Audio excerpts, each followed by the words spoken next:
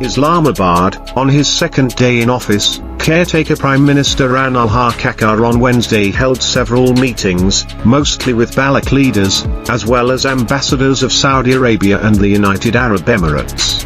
Former provincial ministers Mir Sarfraz Chakar Domki, Agha Shakil Durrani and Nawab Jahangir Khan Mari and ex-Senator Saif Mogsi met the caretaker PM separately. A delegation comprising elders of the caretaker PM's Matazai tribe also called on him and congratulated him on assuming the charge of his office.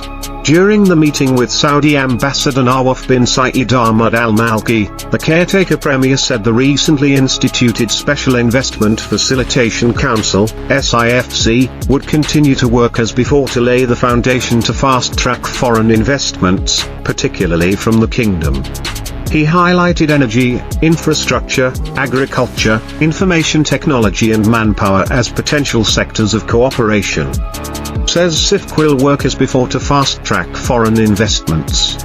The Saudi ambassador congratulated the Prime Minister on assuming office and conveyed the best wishes and greetings on behalf of the custodian of two holy mosques, as well as Crown Prince Mohammed bin Salman, and the people of Saudi Arabia. The Prime Minister said Pakistan and Saudi Arabia enjoyed historic and deep-rooted ties. He thanked the Saudi government for its consistent support for Pakistan's economic stability and development. He mentioned the large number of Pakistanis working in Saudi Arabia and requested the kingdom to continue extending all possible facilities to them. Mr. Kakar lauded the vision of the Saudi leadership and said that the kingdom could always count on Pakistan as its trusted and reliable partner.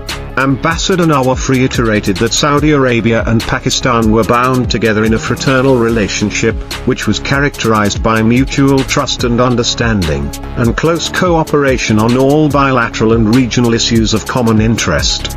During his meeting with UAE Ambassador Hamad Obaid Ibrahim Salam Al-Zabi, Prime Minister Kakar said he looked forward to working with the UAE on advancing bilateral cooperation in various fields, especially trade, investment and energy. The Prime Minister expressed gratitude for the UAE's support for Pakistan's economic and financial stability. The ambassador conveyed the greetings of the UAE leadership to the Prime Minister on his assumption of office. Prime Minister Kakar thanked the UAE government for the warm congratulatory messages and said Pakistan and the UAE enjoyed historic and deep-rooted fraternal ties. He also wished the UAE success in hosting the COP28 summit later this year. The Prime Minister emphasized the important role played by the Pakistani diaspora in the UAE and sought its government's continued support for them. Also on Wednesday, U.S. Secretary of State Antony Blinken congratulated the newly minted caretaker PM of Pakistan. Congratulations to new Pakistan Interim Prime Minister, Taaja Kakar. As Pakistan prepares for free and fair elections, in accordance with its constitution and the rights to freedom of speech and assembly, we will continue to advance our shared commitment to economic prosperity, he wrote in a message on X, formerly Twitter. Published in Dawn, August 17, 2023. Islamabad High Court will take up an appeal filed by PTI Chairman Imran Khan, currently incarcerated in Attock Jail, against his conviction and sentence in the Tosha Khana case on August 22 next week. A division bench, comprising IHC Chief Justice Amar Farooq and Justice Tariq Mahmood Jahangiri, will take up the hearing. On August 5, a trial court in Islamabad found the PTI chief guilty of corrupt practices and sentenced him to 3 years in prison in the case. The verdict means that he also stood disqualified Imran from contesting general elections. Imran cheated while providing information about gifts he obtained from Tosha Khana which later proved to be false and inaccurate. His dishonesty has been established beyond doubt, the 30-page court order issued at the time stated. The police, already on standby in anticipation of a verdict in the hearing, had swung into action minutes after additional district and sessions judge Humayun Dilawar announced the judgment and arrested Imran from his Zaman Park residence in Lahore. Subsequently, the PTI chairman had approached the IHC through his counsel Khawaja Haris Ahmed and barrister Gohar Ali Khan against his conviction, urging the IHC to also suspend his imprisonment sentence till a final verdict on his appeal. According to the appeals, the PTI chairman was about to challenge the court order on the maintainability of the Taaja Khana case in the Supreme Court, but the trial court judge had fixed the case for final arguments on August 5. It explained that his counsel was unable to rebut the final arguments of the ECP lawyer, as the former was preparing for filing the challenge and moved another application for transfer of the matter to another court. The petition stated that the trial court convicted Imran with a predisposed mind, and sentenced him to 3 years imprisonment with a fine of 100,000 rupees.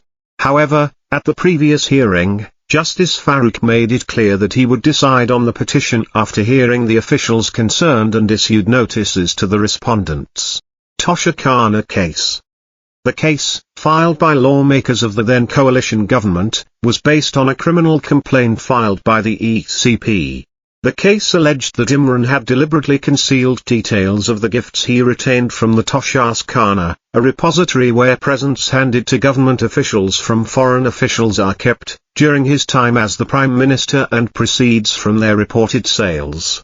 According to Taaja Khana rules, gifts/presents and other such materials received by persons to whom these rules apply shall be reported to the Cabinet Division.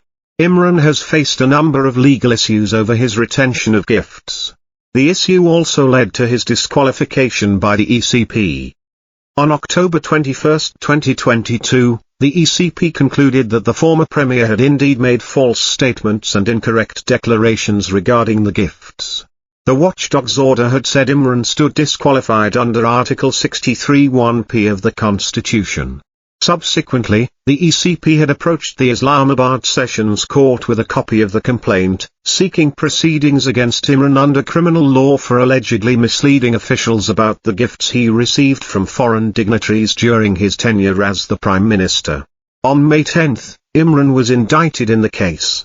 However, on July 4, the Islamabad High Court, IHC, had stayed the proceeding and directed Extols to re-examine the matter in 7 days, keeping in view 8 legal questions he framed to decide the maintainability of the Taaja Khana reference. The questions had included whether the complaint was filed on behalf of the ECP by a duly authorized person, whether the ECP's decision of October 21, 2022, was a valid authorization to any officer of ECP to file a complaint, and whether the question of authorization was a question of fact and evidence and could be ratified subsequently during the course of proceedings.